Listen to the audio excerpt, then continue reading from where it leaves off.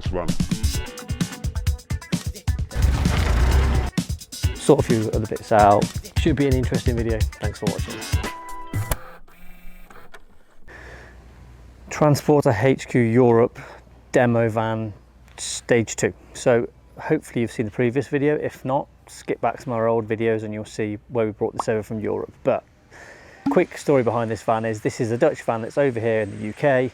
We've brought it here to make some modifications on it to make it our own. But the reason for this vehicle is when we're over in Holland, when we're over at Transport HQ Europe, a vehicle for us to get about in if we're flying over instead of driving a vehicle over.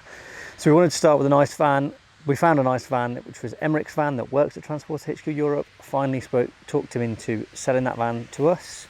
And then we wanted to bring it back here, make a few changes to it, and also make it into the Navis demo van. So the Transport HQ Europe guys are the Navis distributor for Europe. So we're going to make it a Navis demo van. And you'll follow the journey for this and you'll see all the work we're going to do to it. Obviously Navis wheels are on it. It's having a different set of wheels. It's having some sign writing and some branding. It's going to look quite different. So it has to get worse before it gets better. Because it was a nice looking van anyway, we just decided to go to town on it a bit. So I'll just take you in closer. So we had AVR windscreens over to remove the windows for us. It wasn't a task we wanted to do, but these guys do that kind of thing all the time. So they had the tools to do it and do a lot better job of it than we would. And also took the rear windows out the back. These horrible marks where the original bonded were on it. So we're going to change this up, and that's going to have some really nice original classic sign writing on there.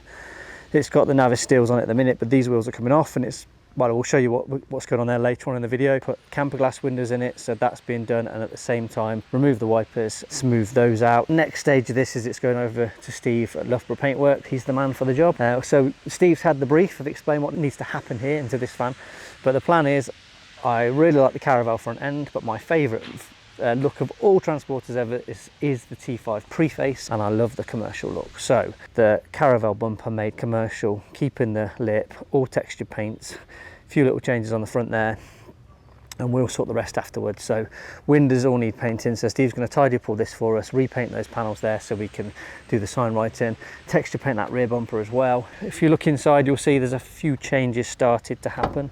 No seats in it currently. They've gone off to Hadley trim. Neil's sorting out a few bits of cracked leather for us and changing the centres to GTD. We're doing a GTD gear knob. The back's currently all stripped, so Blake can carpet line it, insulate it, new floor down. The bulkhead will go back in. The air install that was in there is all going to be moved underneath, and we're going to put our new Solow air kit on it and a few modifications at the front there. Change a few things around, remove the controller for the airlift door pocket here. You can see Mitch has got that ready and started to do that. So yeah, plenty underway, still plenty to do. So next stage of this video is to get this off to Steve. Let Steve pretty it up and tidy it up with his paintwork, and then we'll carry on with our modifications when it's back here.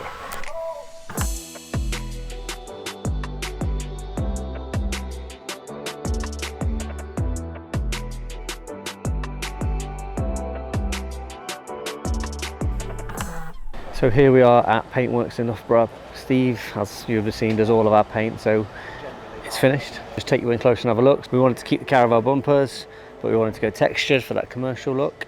We had the windows removed, as you would have seen. He's painted all them for us so they look like they would have done originally. Around the back here, he's deleted the wiper for us. Texture paint the rear bumper for us. Sorted out the rear, the top there where the spoiler was, because we're not putting the spoiler back on. So all nice and texture painted there for that commercial look. Sorted the sides here where the windows were. So time for us to get it back to the workshop and work some more magic on it. I really like this texture front. Plenty more to do. It's given us a start now so we can crack on. Thanks always to Steve. Great job as always. Right, so now we've brought the van over to Signs and Graphics UK in Hinckley. Andy's done quite a bit for us before. It's featured in a few other videos. So the van's now inside already. The lads pulled it in straight away and started doing the sign writing. It's being done, but we decided to go for, so it's being Navis branded. Instead of going for the traditional Navis logo that we've used that's on the wheels and everything, we decided to go for more of a kind of script style, because being a preface with the wheels that are going on it, with the bumpers and everything, we wanted to kind of go for more of a classic early looking vibe. So change the logo a bit for the sides on this one, but I think it'll suit really well when we come to put the wheels on. So let's nip inside and see how they're getting on.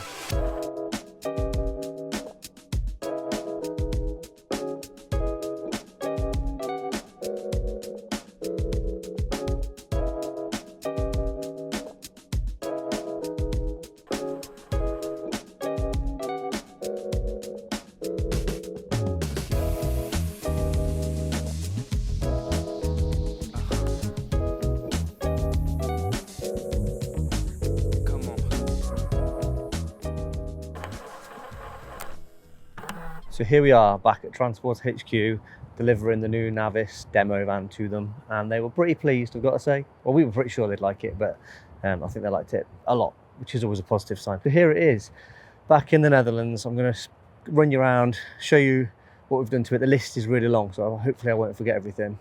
But Emmerich is here somewhere. So Emmerich owned the van originally. He works for Transport HQ Europe. We bought the van off him to be the Navis demo van because Transport HQ Europe are the European distributor for Navis, and then also, while we're over here, we can use it. But Emmerich's been driving it and he commented a few things. So I'll show you around the van and show you all the things that we did while it was back in the UK. So I wanted to go with a kind of vintage, old school kind of look in the whole, save the preface, keep that original age and era, but add a bit of a classic twist by going with that old school Navis text there, very sign written-esque, to tie in with the wheels. So you'll see here, it's the only set we've ever actually made, but this is the Navis dome wheels. They normally come in black. People have had them powder coated a couple of colours actually, but we wanted to go with bronze because I thought the bronze complemented the colour of this, which is your original pre-facelift off-road grey.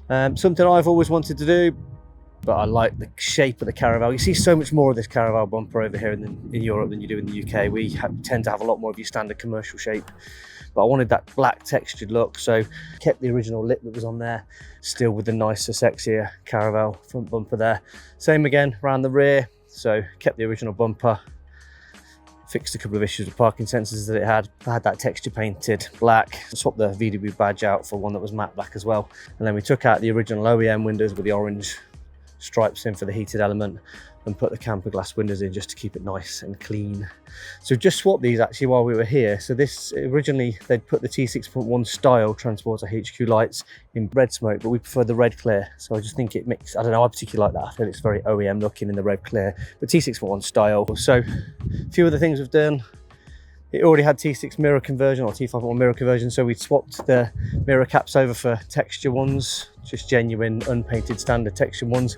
Another thing was it had a UK sun strip, which was really awkward. I noticed when we were driving at home because the cutout was here, so the sun shone in and blinded the driver. So we had a left-hand drive Solow branded sun strip put on there. Previously, Transport HQ Europe haven't been able to sell this light, the pre-facelift light for T5s. And now they can. So this is part of the launch of that. These will be available in the coming weeks from Transport HQ Europe for left-hand drive. We're moving inside. In the front here, it was already nice anyway. It already had the VW up steering wheel that was already colour-coded. We had the seats retrimmed, so these are Vauxhall or Opel, depending where you are. VXR seats, so they had their standard finish. There was a couple of cracks and splits in the leather, so this went over to Hadley Trimming that does all of our trimming for us. He's done an amazing job, retrimmed all of these in Golf GTD trim. Managed to track down the same or very similar coloured leather to change out the cracks and splits that were in these, just to finish them off really nicely, and then swapped out the gear gaiter for a GTD gear gaiter just to tie it in all in and match it nicely. Added a sub under the driver's seat, moved the iPhone connection there, and then nicely moved the air controller to here. So Mitch 3D printed one of those, moved the controller for the airlift to here, and then also trimmed that in a Dynamica fabric there just to finish that off nicely. Because I love this kind of seat. I've got Audi wing racks going in mine, and the one thing that I always dislike about them is because they're originally built to go in a car, when you've got a centre console here where your handbrake could be, there's never any plastic trims like there is this side to make them look pretty. So Mitch very cleverly 3D printed these plastic trims here just to hide all the metalwork. A last minute job when we put the seats in, but I think we'll kind of elaborate on this and make something a bit even nicer again. Certainly we'll try it for the wing backs that are going in my van, see if we can print something and possibly even offer them for sale to people that fit these VXR seats, and also for the wing backs. But yeah, nice, just 3D printed, nice neat little trim, just so you can't see all the mechanism and bits that are underneath there. Take you inside.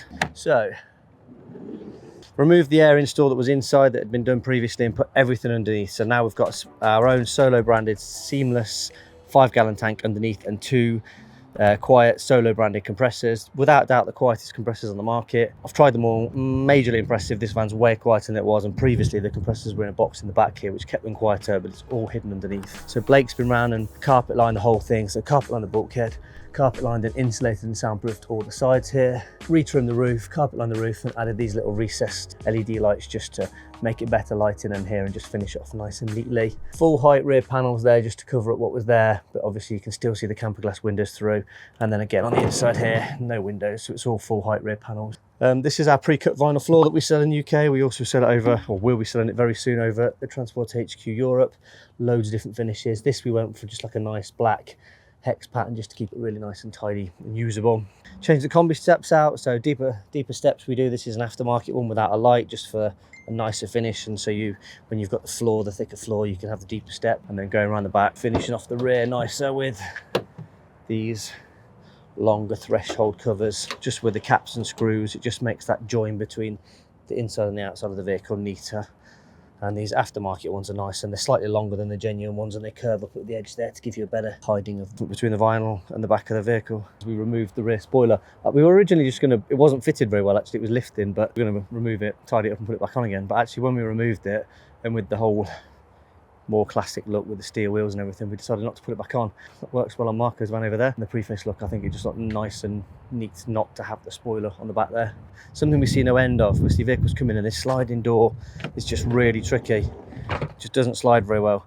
So it's a really nice, easy, simple mod that anybody can do, and it's just a sliding door and a new replacement one. It's a few different versions. I think they're 15 quid.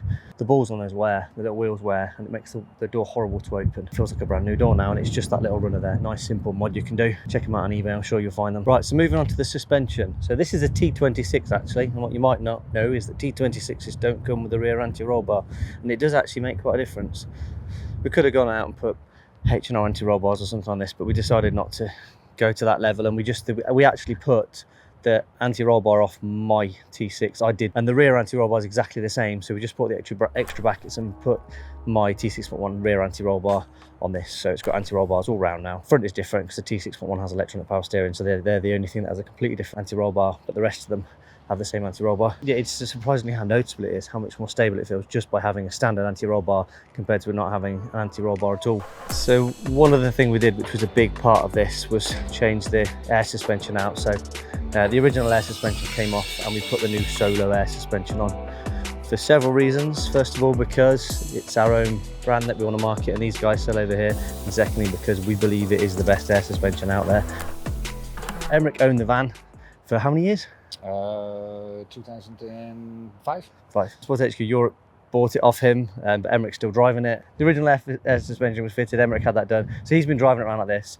We brought it back a couple of days ago, and then Emmerich's gone off and used the van. And what did you tell me? What was your words? What did you say about the new air suspension? A lot of more nicer ride, smoother ride. And the compressors also are quieter. Yeah, straight out of the horse's mouth, not prompted. I just wanted to hear that. When I walked in the following day, I said to Emmerich, what do you think to the van? And he was like, the air suspension seems so much nicer and softer. And I was like, glad you said that.